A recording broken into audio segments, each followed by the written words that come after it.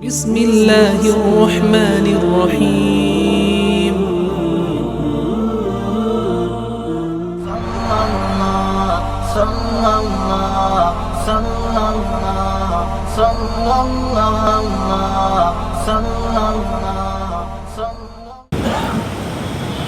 السلام عليكم ورحمة الله وبركاته.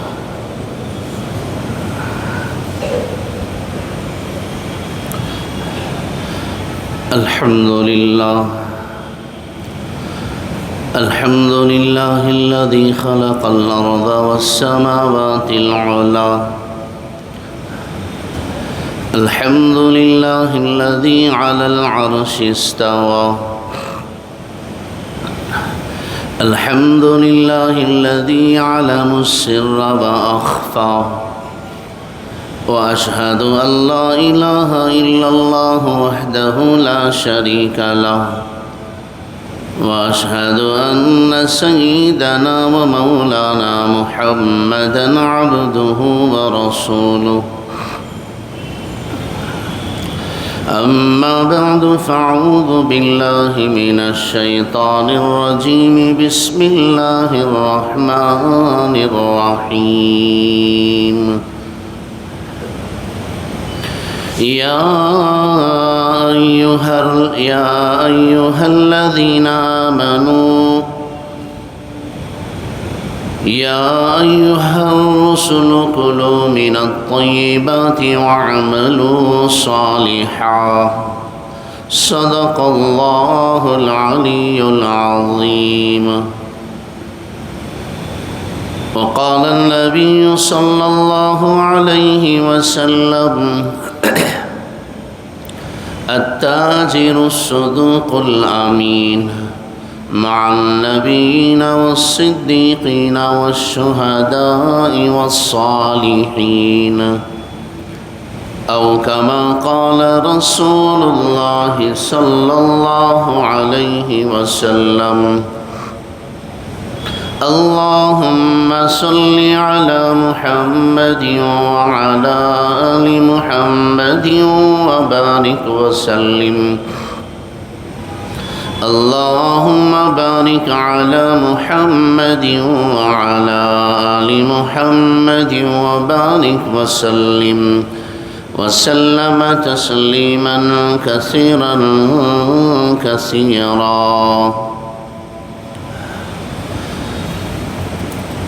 بزرگان محترم و نوجوانان اسلام،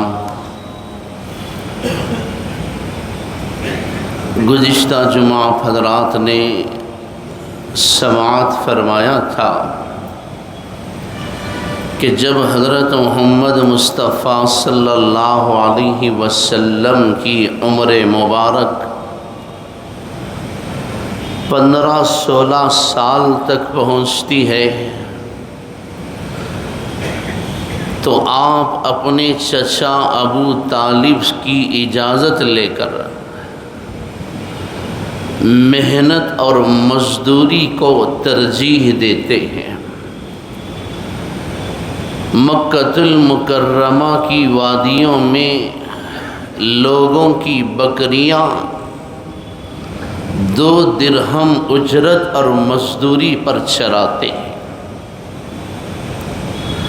آپ نے محنت کو ترجیح دے کر اور حلال کمائی حاصل کرنے کی کوشش فرما کر قیامت تک پیدا ہونے والے مسلمانوں کو، بالخصوص نوجوانوں کو یہ پیغام دیا ہے کہ دیکھو، بیکاری اور بے روزگاری کو اسلام پسند نہیں کرتا. اللہ تبارک و تعالی ایسے بندوں کو پسند نہیں فرماتے جو اوروں کے ٹکڑوں پر پلتے ہیں.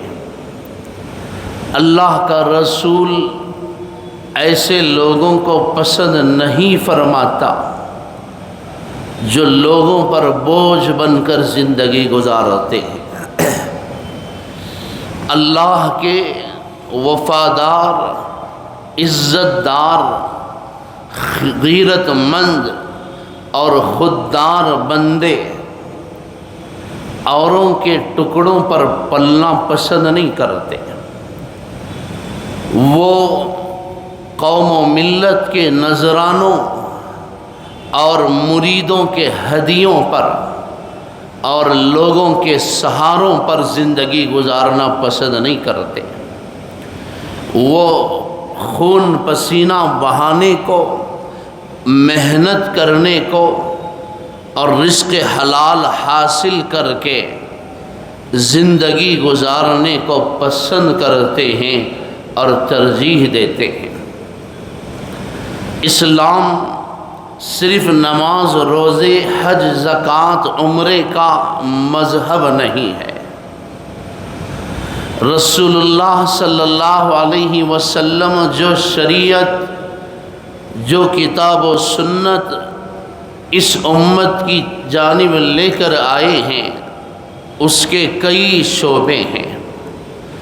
جہاں آپ نے نماز، روزے کو اسلام کے اہم ترین فرائض میں شامل فرمایا اور اسلام کی اہم ترین عبادات قرار دیا، وہیں آپ نے نماز کے بعد تجارت کو بھی، محنت کرنے کو بھی، مزدوری کرنے کو بھی ایک فرض اور ایک اہم ترین عبادت قرار دیا۔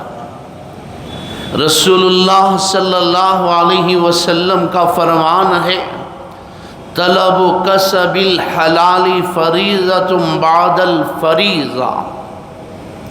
لوگوں سنو، جو شریعت، جو پیغام میں لے کر آیا ہوں، صرف الحمدللہ، سبحان اللہ، اللہ اکبر کہتے ہوئے تسبیح کے دانے گننے کا نام اسلام اور شریعت نہیں ہے۔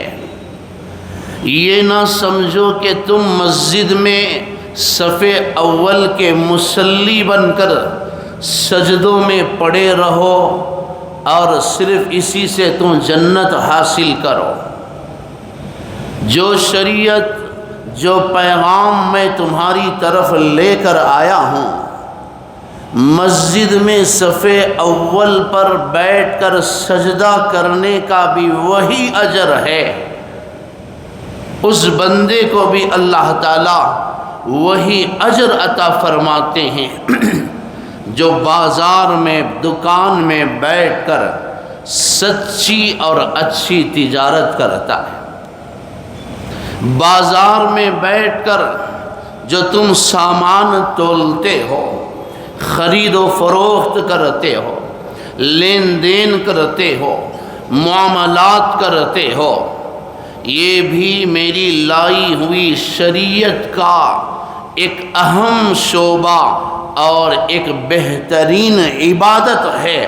بلکہ فرض نماز کے بعد رسول اللہ صلی اللہ علیہ وسلم نے کسب حلال کو اور حلال کمائی حاصل کرنے کے لیے محنت کرنے کو سب سے بڑا فرض قرار دیا۔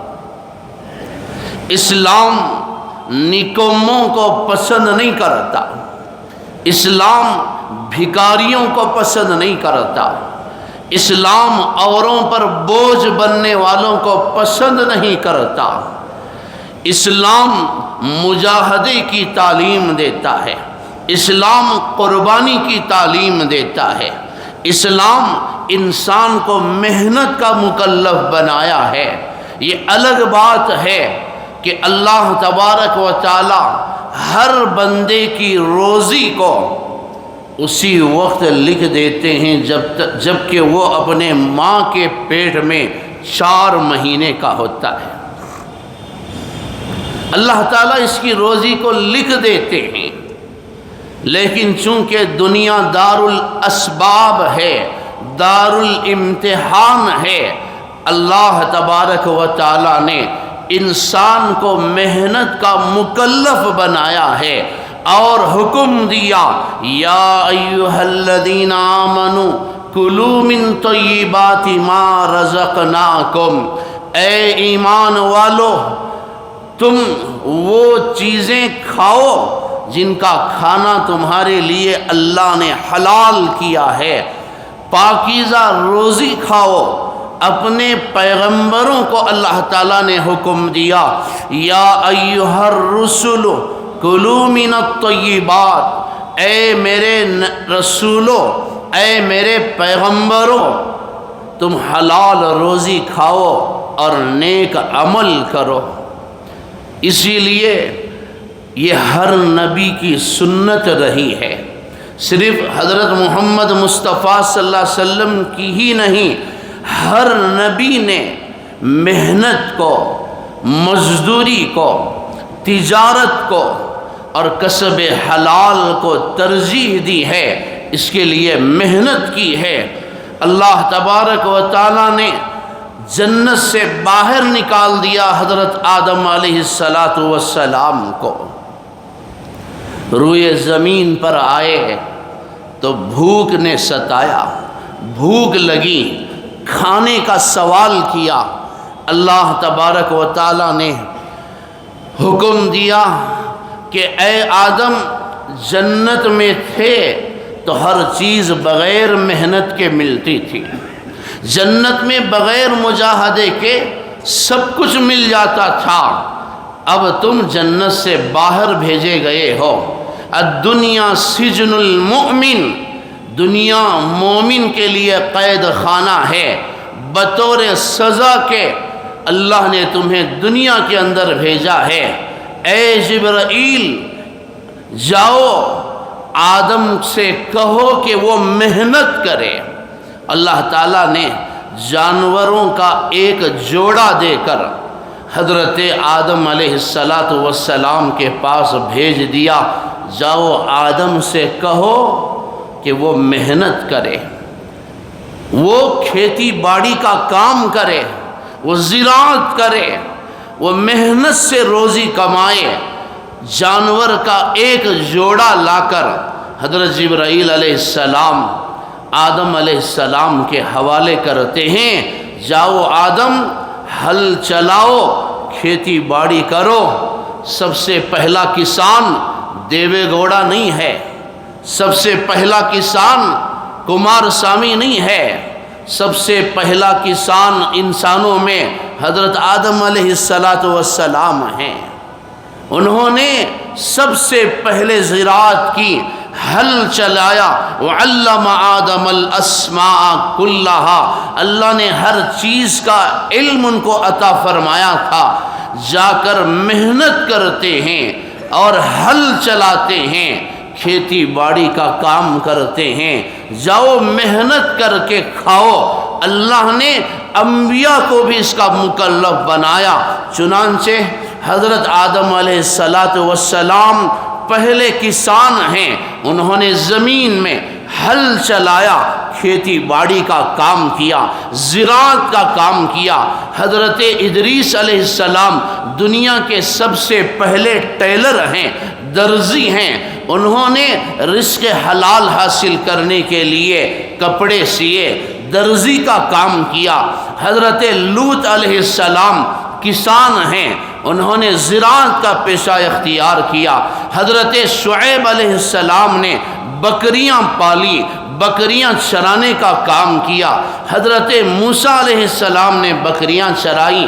حضرت داؤد علیہ السلام دنیا کے سب سے پہلے ویلڈر ہیں، فیبریکیٹ کا جو کام کیا ہے سب سے پہلے حضرت داؤد علیہ السلام نے، وہ لوہے کا کام کرتے تھے۔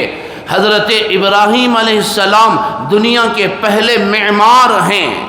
چنانچہ ہر نبی نے محنت کو ترجیح دی ہے۔ آج کے نوجوانوں کی طرح شادی سے پہلے ماں باپ پر بوجھ، ماں اور بہنوں پر بوجھ، محلے والوں پر بوجھ، اور شادی کے بعد بیوی بچوں پر اور سسرال والوں پر بوجھ۔ ایسی بے غیرتی اور بھکاری کی زندگی کسی نبی نے نہیں گزاری۔ جس طرح آج ہمارے نوجوان بھیک کے لقموں پر شان کرتے ہیں، لوٹ مار میں شان محسوس کرتے ہیں، بیٹھے بٹھائے بڑے بننے کے خواب دیکھتے ہیں، بیٹھے بٹھائے کروڑ پتی بننے کے خواب دیکھتے ہیں، محنت کچھ نہ ہو سب کچھ آتا رہے، اس طرح کام چور نہیں تھے۔ اور نہ ہی انبیاء علیہم السلام بلکہ اللہ کے عزت دار بندے، اللہ کے وفادار بندے گھر کے اندر بیٹھ کر اپنی بہن بیٹیوں کو، اپنی بیویوں کو باہر جا کر کام کرنے اور کمائی کرنے کو پسند کرتے تھے۔ یہ نکموں کا کام ہوتا ہے۔ آج اسی لیے امت کے یہ حالات ہیں۔ میں نے گزشتہ جمعہ بھی عرض کیا تھا، بالکل معذرت کے ساتھ عرض کروں گا، مجھے بہت گلہ ہے ان نوجوانوں سے، بلکہ گلہ ہونا چاہیے جو خود تو مردار کی طرح سوتے ہیں اور نوجوان بہنوں کو کام کے لیے بھیجتے ہیں۔ اسلام نے تجھے مکلف بنایا ہے رزق حلال حاصل کرنے کا۔ مرد کو اللہ نے اس کی ذمہ داری دی ہے، الرجال قوامون علی النساء۔ رسول اللہ صلی اللہ علیہ وسلم نے حضرت علی اور فاطمہ کا نکاح کیا، بیٹی سے فرماتے ہیں کہ بیٹی گھریلو کام اور گھر کے اندر کی تمام تر خدمت اور ذمہ داری ادا کرنا یہ تیرا کام ہے، اور باہر کے کام علی کی ذمہ داری ہے۔ اسلام نے نوجوانوں کو محنت کا مکلف بنایا ہے، بہن بیٹیوں کو نہیں۔ چنانچہ حضرات انبیاء علیہم السلام نے کبھی اس بات کو پسند نہیں کیا۔ حضرت عبد الرحمن ابن عوف رضی اللہ عنہما حضور اکرم صلی اللہ علیہ وسلم جب مکۃ المکرمہ سے مدینہ المنورہ کی طرف ہجرت فرماتے ہیں، آپ مدینے کے صحابہ کو جمع فرمایا جو انصاری صحابہ ہیں، اور ادھر مہاجر صحابہ جو مکے سے ہجرت کر کے آئے تھے، دونوں کو جمع کیا۔ ایک مدینے کے رہنے والے انصاری صحابی اور ایک مکۃ المکرمہ سے آئے ہوئے مہاجر صحابی، دونوں کا آپس میں بھائی چارہ قائم کیا، بھائی بھائی کا رشتہ آپ نے بنا دیا، اور یہ رشتہ اتنا مضبوط اور اتنا بنیادی رشتہ ثابت ہوا، مسجد نبوی سے یہ بھائی گئے، یہ دونوں دینی بھائی ہیں، کلمے کا رشتہ ہے۔ حضرت عبد الرحمن ابن عوف سعد ابن الربیع رضی اللہ تعالی عنہ کے بھائی بنائے گئے۔ باہر نکلے، سعد ابن الربیع رضی اللہ عنہ نے عرض کیا اپنے مہاجر بھائی عبد الرحمن ابن عوف سے کہ دیکھو مدینہ المنورہ میں اللہ نے مجھے سب سے بڑا مالدار بنایا ہے، اللہ نے مجھے سب سے زیادہ مال عطا فرمایا ہے، آج سے میں اپنے مال کے 2 حصے کرتا ہوں، ایک حصے کے مالک تم ہوگے اور ایک حصہ میرے حصے میں آئے گا، اور میری 2 بیویاں ہیں، ایک کو میں طلاق دے دیتا ہوں، عدت گزرنے کے بعد تم اس سے نکاح کر لینا۔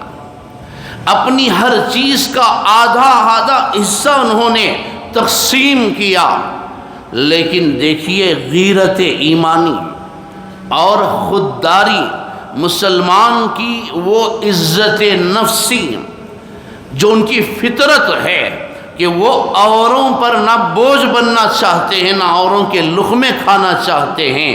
حضرت عبد الرحمن ابن عوف رضی اللہ عنہما نے جواب دیا، میرے بھائی اللہ آپ کے اس جذبے کو قبول فرمائے، آپ کے اس ایثار کو اللہ قبول فرمائے، اللہ آپ کے مال میں، آپ کے گھر میں، کاروبار میں آل اولاد میں برکت عطا فرمائے۔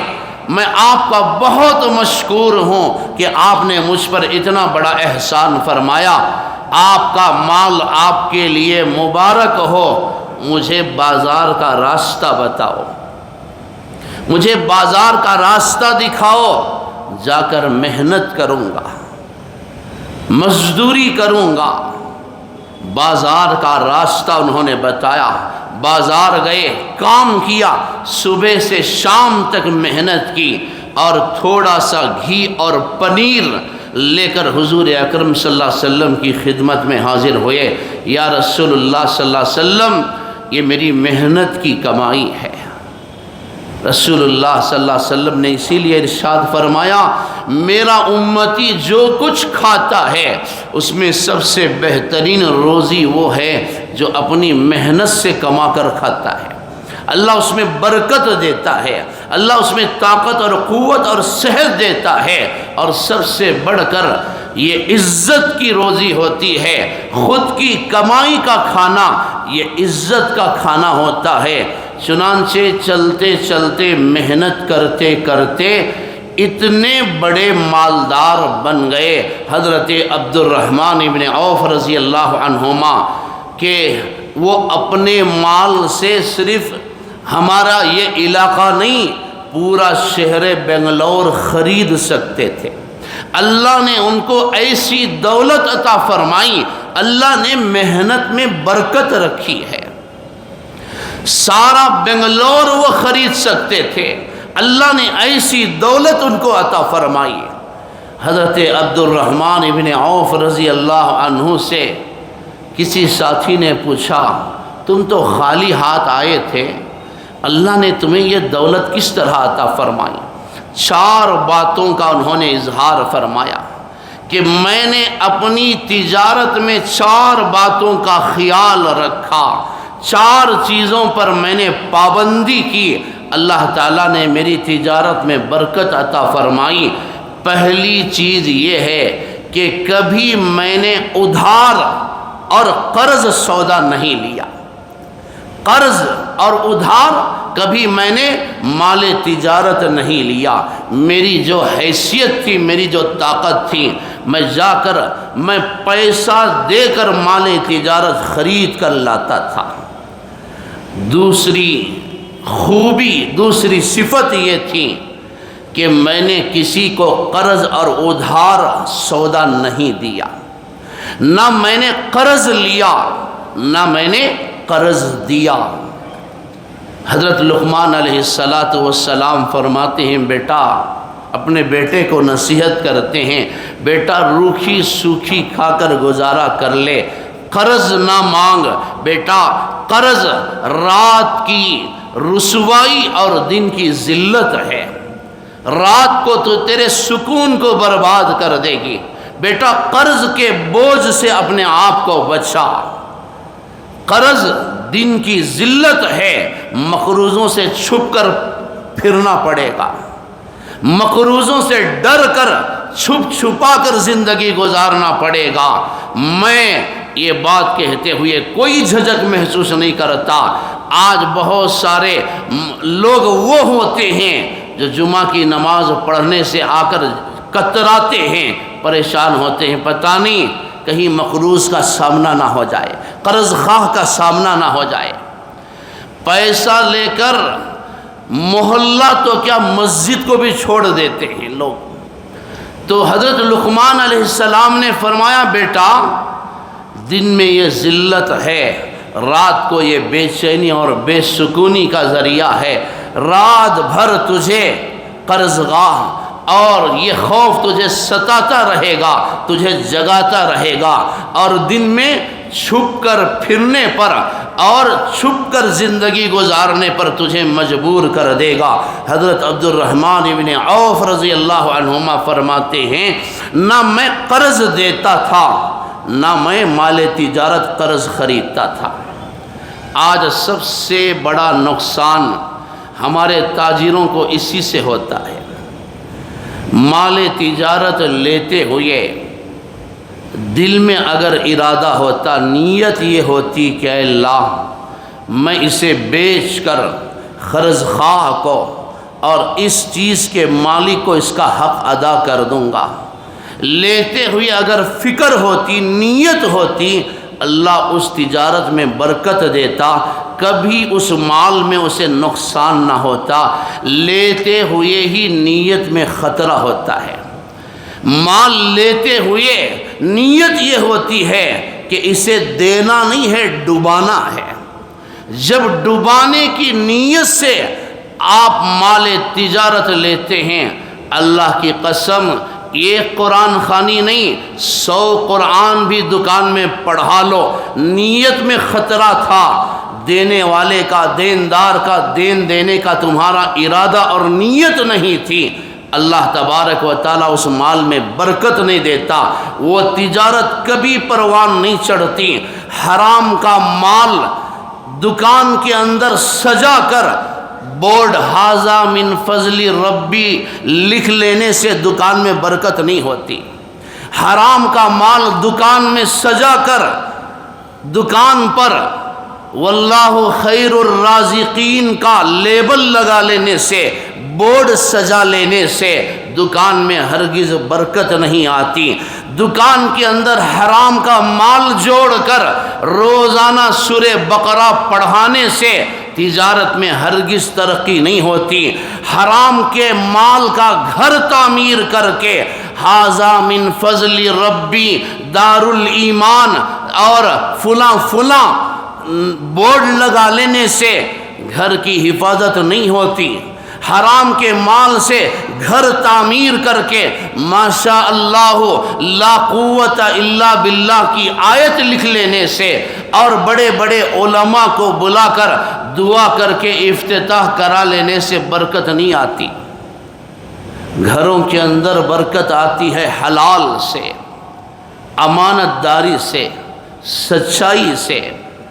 اوروں کا مال ڈوبا کر، دھوکہ دے کر گھر دکان کی تعمیر کر لینے سے، قرآن کی آیتیں لکھ لینے سے اور قرآن کی تلاوت چلا دینے سے ہرگز اس مال میں برکت نہیں آتی۔ میرے محترم بھائیوں، ایک بات اچھی طرح یاد رکھنا، اللہ کے رسول صلی اللہ علیہ وسلم نے بڑے بڑے گنہگاروں کو نماز جنازہ پڑھائی ہے، بڑے بڑے مجرموں کی نماز جنازہ آپ نے پڑھائی ہے۔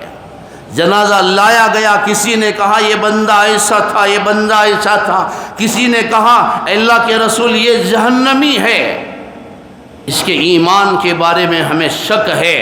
آپ نے ایسے بندے کی بھی نماز جنازہ پڑھائی ہے، لیکن کبھی آپ نے مقروض کی نماز جنازہ نہیں پڑھائی۔ آج اللہ کے رسول بقید حیات ہوتے، آج صحابہ زندہ ہوتے، پتہ نہیں کتنے لوگوں کی نماز جنازہ تو کیا پڑھاتے، خود ان کی نماز جنازہ بھی نہ پڑھتے۔ یہ آج کی حقیقت ہے۔ میں سمجھ رہا ہوں کہ بہت سارے لوگوں کو یہ باتیں بڑی کڑوی لگ رہی ہیں، لیکن یہ سچائی ہے۔ آپ مجھ سے زیادہ اس حقیقت سے واقف ہیں۔ مجھے آپ بتائیں آج کون سا مسلمان ہے جسے خوش دلی کے ساتھ، اطمینان کے ساتھ کوئی مارواڑی قرض کے طور پر مال دیتا؟ آپ مجھے بتائیں آج وہ کون سا مسلمان ہے جسے یہ غیر مسلم بھائی جس سے اطمینان کے ساتھ زمین خریدتا ہو؟ مسلمان اگر چاند پر بھی زمین بیچے تو وہ لوگ کاغذات لے آ کر وہاں پر بھی اس کی خوب اچھی طرح سے چیک کرائیں گے، اچھی طرح اس کی بڑے غور و فکر کے ساتھ ایک نہیں 4 جگہ اس کے تعلق سے تحقیق کریں گے۔ آج مسلمانوں کی یہ شناخت ہے۔ کیا یہ سچائی اور حقیقت نہیں ہے کہ آج کوئی غیر مسلم بھائی اپنا گھر، دکان، اپنی زمین ایک مسلمان کو کرائے پر تو کیا دیتا، وہ ہمارے گھروں میں آ کر کرائے پر رہنے کے لیے بھی تیار نہیں۔ جانتے ہیں کہ یہ قوم معاملات کی بڑی کچی ہے، ان کی معاشرت ٹھیک نہیں ہے۔ یہ دھوکہ دینے والی قوم ہے، یہ جھوٹ بول کر پروان چڑھنے میں اور تجارت کو آگے بڑھانے میں یقین رکھتی ہے۔ یہ قوم معاملات میں بہت دھوکہ دیتی ہے، یہ مشہور ہے، یہ کوئی ڈھکی چھپی حقیقت نہیں۔ نہ ہم سے وہ قرض لینے کے لیے تیار، نہ قرض دینے کے لیے تیار۔ عبد الرحمن ابن عوف رضی اللہ تعالیٰ عنہما فرماتے ہیں، نہ میں نے قرض لیا نہ میں نے قرض دیا، اور تیسری خوبی یہ تھی کہ کبھی میں نے اپنے مال کا ذخیرہ نہیں کیا۔ پیاز لے کر، پیاز خرید کر ذخیرہ کر دو، 100 روپے ہو جائے گی، 150 ہو جائے گی، چلتے چلتے یہ ذخیرہ سڑ جائے گا۔ حضرت عبد الرحمن ابن عوف فرماتے ہیں، کبھی تجارت کے نفع کے لالچ میں، بہت زیادہ منافع کی حرص میں نے مال کو جمع کر کے نہیں رکھا۔ 1 درہم بھی مجھے نفع میں مل جاتا تو میں اپنے مال کو بیچ دیتا تھا۔ اللہ نے اس کی برکت سے مجھے بڑی تجارت عطا فرمائی۔ چوتھی خوبی یہ تھی کہ کبھی میں نے اپنے مال کے عیب کو نہیں چھپایا، مال کے عیب کو نہیں چھپایا۔ جو عیب ہوتا تھا بالکل صاف طور سے اس عیب کو میں بیان کرتا تھا۔ آپ مجھے بتائیں کون سا مسلمان ہے جو اپنی زمین کے عیب کو بتاتا ہے؟ کسی نہ کسی کو ٹوپی نہیں بلکہ شیروانی پہنانا چاہتے۔ کوئی بھی بندہ بیچارہ معصوم مل گیا تو غلط زمین، غلط کاغذات اس کے حوالے کر کے 1 سائٹ کو 3 آدمیوں کو رجسٹر کر کے دے دینا، یہ ہماری پہچان ہے، یہ ہم مسلمانوں کی شناخت ہے۔ اس میں کوئی قباحت نہیں ہے، مجھے کوئی جھجک نہیں ہے کہ کس کو یہ میری باتیں کیسی لگتی ہیں، لیکن آج کی یہ سچائی اور حقیقت ہے۔ آج ہم نے اتنا دھوکہ دیا، دھوکہ اتنا دیا، نہ آگے والا آگے بڑھ سکا، نہ خود آگے ترقی کر سکے۔ اللہ کے رسول صلی اللہ علیہ وسلم مدینۃ المنورہ کے بازار میں تشریف لائے۔ ایک صحابی گیہوں فروخت کر رہے تھے، اوپر سے سوکھا تھا۔ آپ جاتے ہیں، اس کے غلے میں ہاتھ ڈالتے ہیں، اندر کچا گیہوں تھا۔ آپ نے پوچھا، بھائی یہ کیا کر رہے ہو؟ اس نے کہا، یا رسول اللہ صلی اللہ علیہ وسلم، کل بارش ہوئی تھی، مال بھیگ گیا تھا، چنانچہ میں نے اسے اندر چھپا دیا اور سوکھا غلہ اس کے اوپر میں نے چڑھا دیا۔ رسول اللہ صلی اللہ علیہ وسلم نے ارشاد فرمایا، من غش فلیس منا، تو میرا امتی نہیں ہو سکتا، تو میری امت میں سے نہیں ہو سکتا۔ دھوکہ دینے والا، دھوکے باز، فریب اور مکاری، وہ کچھ اور تو ہو سکتا ہے، میرا امتی نہیں ہو سکتا۔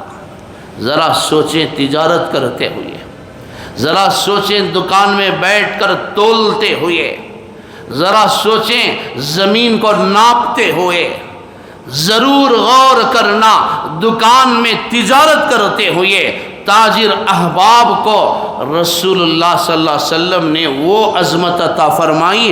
میں نے گزشتہ جمعہ عرض کیا تھا، 15-16 سال کی عمر میں بکریاں چرائیں اور آگے چلتے چلتے 20 سال کی عمر کو پہنچے تو رسول اللہ صلی اللہ علیہ وسلم نے تجارت کے پیشے کو اپنایا۔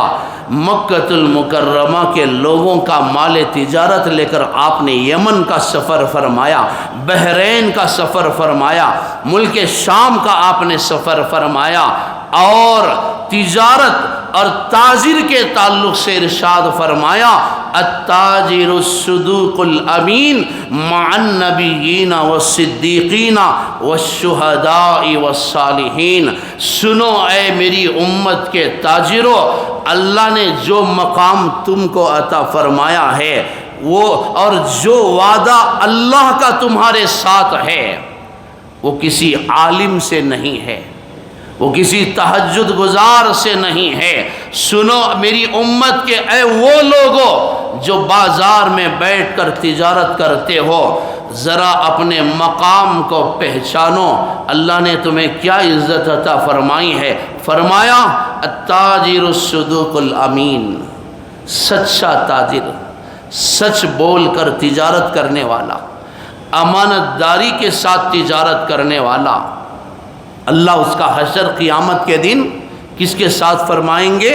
مع النبیین، اللہ اس کا حشر نبیوں کے ساتھ فرمائیں گے، والصدیقین، صدیقین کے ساتھ اللہ اسے کھڑا کریں گے، والشہداء، شہیدوں کے ساتھ اللہ اس کا حشر فرمائیں گے، والصالحین، اللہ کے نیک بندے، وفادار بندے، جنت کے حقدار بندے، اللہ کے عرش کے سائے میں کھڑے ہونے والے لوگوں کے ساتھ اللہ کسے کھڑا کریں گے؟ جو بازار میں بیٹھ کر کوئی بھی تجارت کرتا ہے، تاجر کو اللہ کے رسول نے اس کے ساتھ یہ وعدہ فرمایا ہے۔